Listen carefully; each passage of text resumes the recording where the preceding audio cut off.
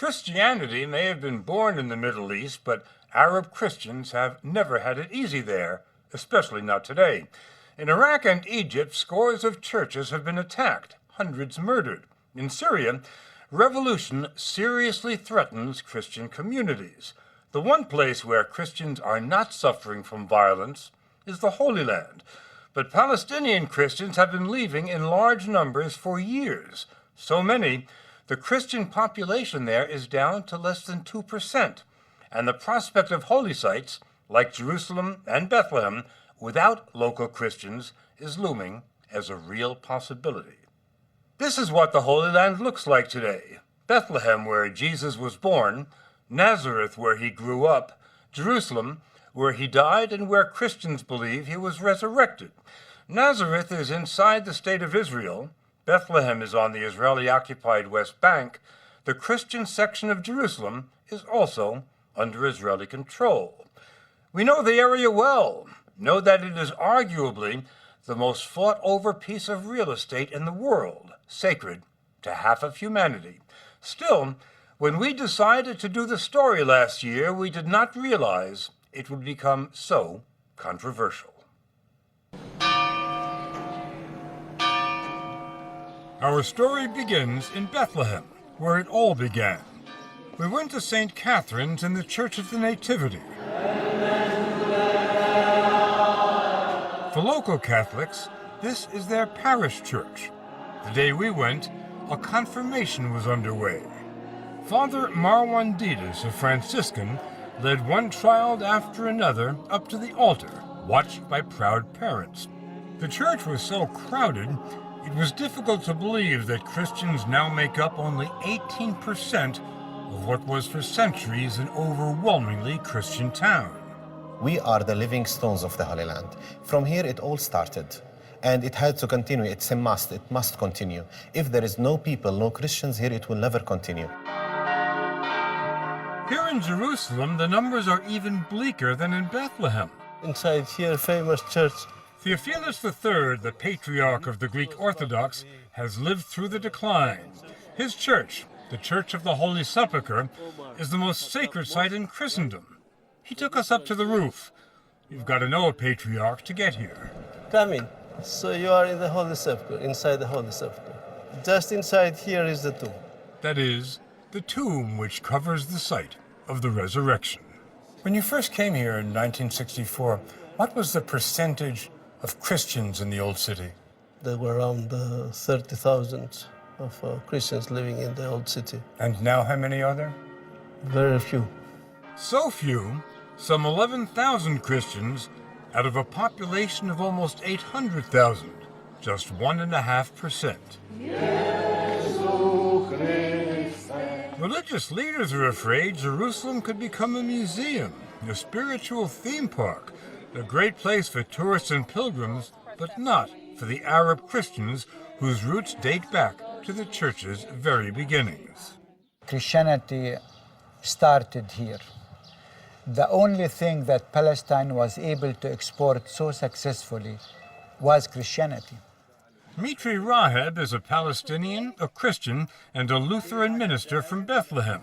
He runs schools, cultural centers, and health clinics. Christianity has actually on the back a stamp saying, "Made in Palestine." Palestinian Christians, once a powerful minority, are becoming the invisible people, squeezed between a growing Muslim majority and burgeoning Israeli settlements.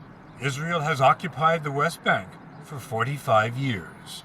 If you see what's happening in the West Bank, you will find that the West Bank is becoming more and more like a piece of a Swiss cheese, where Israel gets the cheese, that is the land, the water resources, the archaeological sites, and the Palestinians are pushed in the holes behind the walls.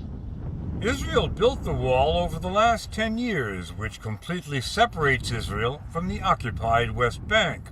The wall was built to stop Palestinian terrorists from getting into Israel, and it's worked. Terrorism has gone down 90%.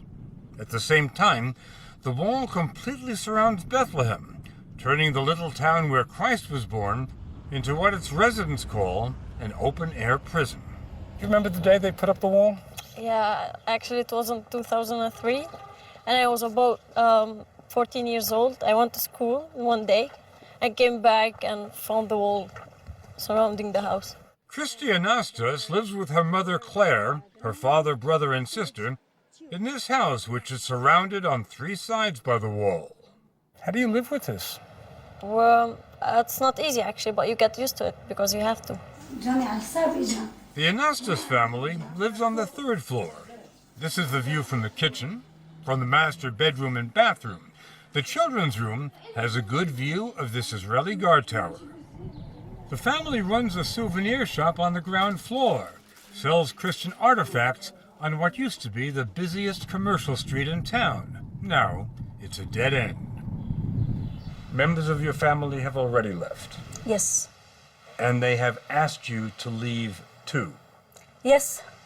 What do you say to them? I tell them we have to stay. We need to stay and struggle and fight. This is our cross. For all Palestinians, just leaving Bethlehem is a struggle. Getting to Jerusalem, only 7 miles away, whether it's to pray, go to a doctor, visit family members, or work, means going through this Israeli checkpoint. That can take hours. But before Palestinians can get even this far, they need a permit from the Israelis, which can take weeks or months to obtain, and is frequently denied. We regret any inconvenience caused by the security precautions, but it's their inconvenience, it's our survival. Michael Oren, who used to be Israel's director of interreligious affairs, is Israel's ambassador to the United States. We have to protect our country, but sometimes you have to do what you have to do in order to survive. For Palestinian Christians, the survival of their culture is in danger. In towns like Bethlehem, which used to be distinctively Christian, Muslims now are a clear and growing majority. The veil is replacing the cross. But inside Israel, in Christian towns like Nazareth, Arabs are Israeli citizens, and according to Ambassador Oren, they're thriving. The reason Christians are leaving the West Bank, he says, is Islamic extremism. I think that the major problem in the West Bank, as in elsewhere in the Middle East, is that the Christian communities are living under duress. And this duress is coming from Muslims, not from the Israeli occupation. I believe that the major duress is coming from that. Great selling point. Easy to sell to the American public. Zahi Houri is a Palestinian businessman. He owns the West Bank Coca-Cola franchise. I'll tell you, I don't know of anybody, and I probably have 12,000 customers here. I've never heard that someone is leaving because of Islamic persecution. Harry Shavit, one of Israel's most respected columnists, believes Christians have become collateral damage.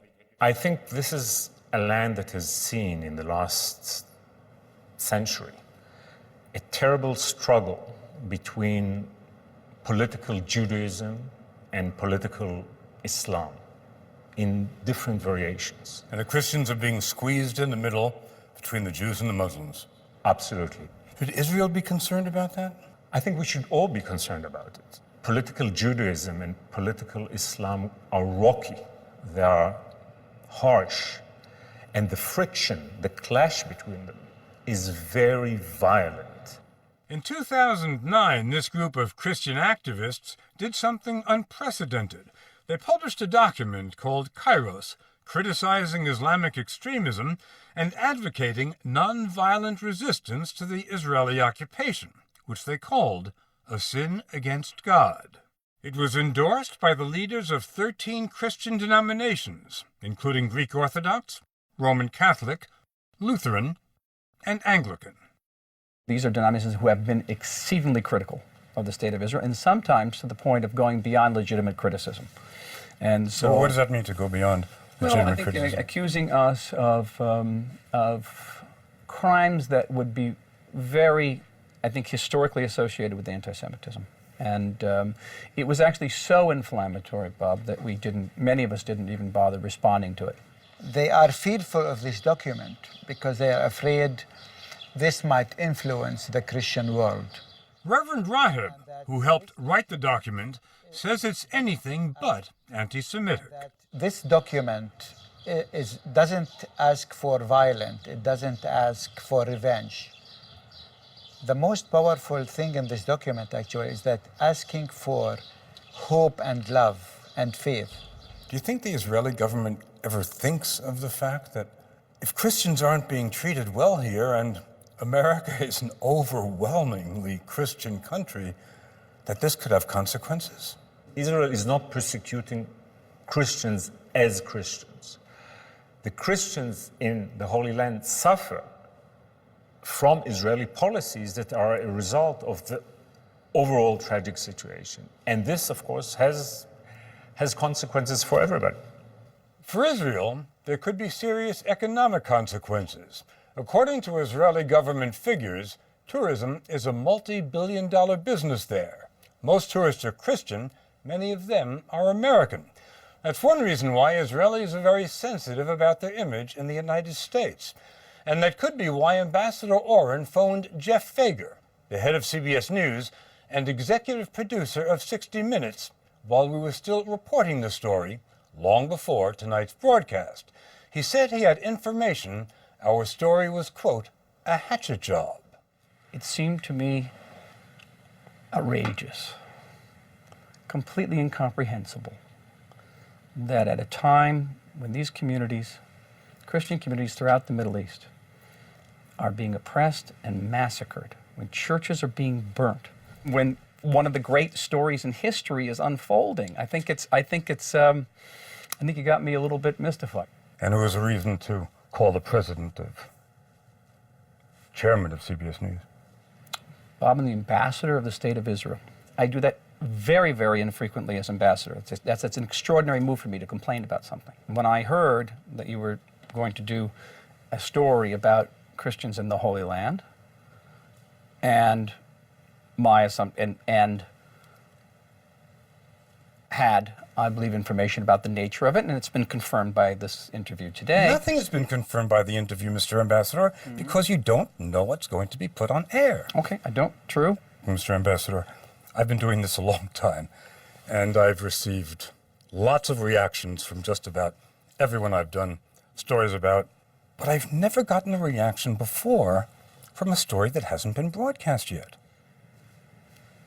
Well, there's a first time for everything, Bob. This land has seen just about everything over the centuries. The ritual in the Church of the Holy Sepulchre, the day before Easter, hasn't changed in more than a millennium. We went into the church with Patriarch Theophilus and watched thousands jostling to get as close as they could to the tomb from which they believe Christ was risen.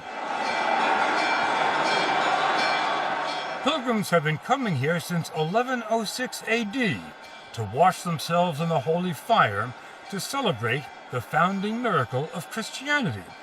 They'll certainly continue to do so. But how many will be coming from the neighborhood? That's not a religious question anymore. It's political.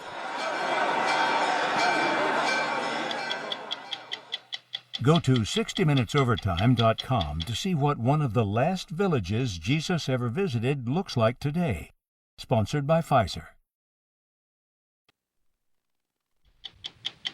60 Minutes Overtime. Where are we now, Patriarch? My story this week on the vanishing number of Christians in the Holy Land was produced by Harry Radliff. Why did you do a story on Christians leaving the Holy Land? Because it's the Holy Land. There's no place on earth that means more to more people than the Holy Land. Half of humanity thinks that the Holy Land is sacred. Christians, Muslims, Jews. And there's been this mix of all these people who somehow lived together, for a long time. I mean, now it's changing. It's fundamentally changing.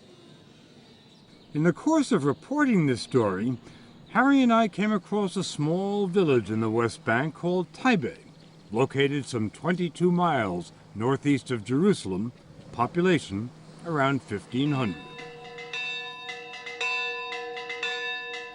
Taybeh is the last all-Christian village in the Holy Land, and nearly 2,000 years ago, Christ is said to have come to Taybeh on the eve of his crucifixion. This is the only Christian town in Israel, Palestine. We're the last kind of Christian stronghold. This tiny little village has a beautiful history of 2,000 years being Christian since the time Christ came into this village right before his crucifixion. Maria Huri was raised and educated in the United States. Her husband David is from Taybeh, which she now calls home. Huri has become an advocate for the rights of the diminishing number of Palestinian Christians.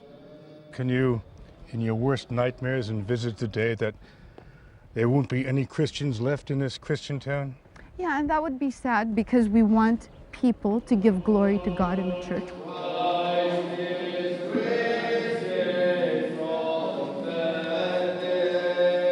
We don't want the churches to be empty. We don't want the churches to be museums. We believe in a living Christian presence. I was born here. I would like to remain here. I am like the olive tree, which is rooted deep, deep, deep in the ground for centuries and centuries, and I fall in love with this land. I will not exchange it with all the world. Father Rahed Sahliya is Taybeh's Roman Catholic priest. In the 9 years he's been here, his parishioners just keep leaving. Father, you have 780 parishioners here today. Do you have any idea how many Roman Catholics there were in Taybeh before the Israeli occupation began? There were at least 2,000. Now you have more people living in Detroit, Michigan from Taybeh than Taybeh itself. To what extent do you think the Christian presence in the Middle East, the Christian presence in the Holy Land, is threatened? It's threatened to a great extent, but it's necessary for it to exist because we need to work to keep Christians in the Holy Land because they have a very important position of promoting peaceful actions and peaceful reactions to the violent conditions that we've been living in for so many years. If the Christians continue to leave and the numbers keep getting smaller and smaller, it becomes more a Palestinian-Arab-Israeli conflict. It becomes more harsh, more brutal than it already is. And the chances of peace and stability? Well, we're waiting for a miracle, and it's the Holy Land. Miracles happen, so we have to keep our hope. And while you're waiting for a miracle, it helps to keep a sense of humor. I will assure you that even if all the Christians of the land will leave and I will remain alone, I will get married and we will start another new generation. How can you get married, Father? I will do that, don't worry for me.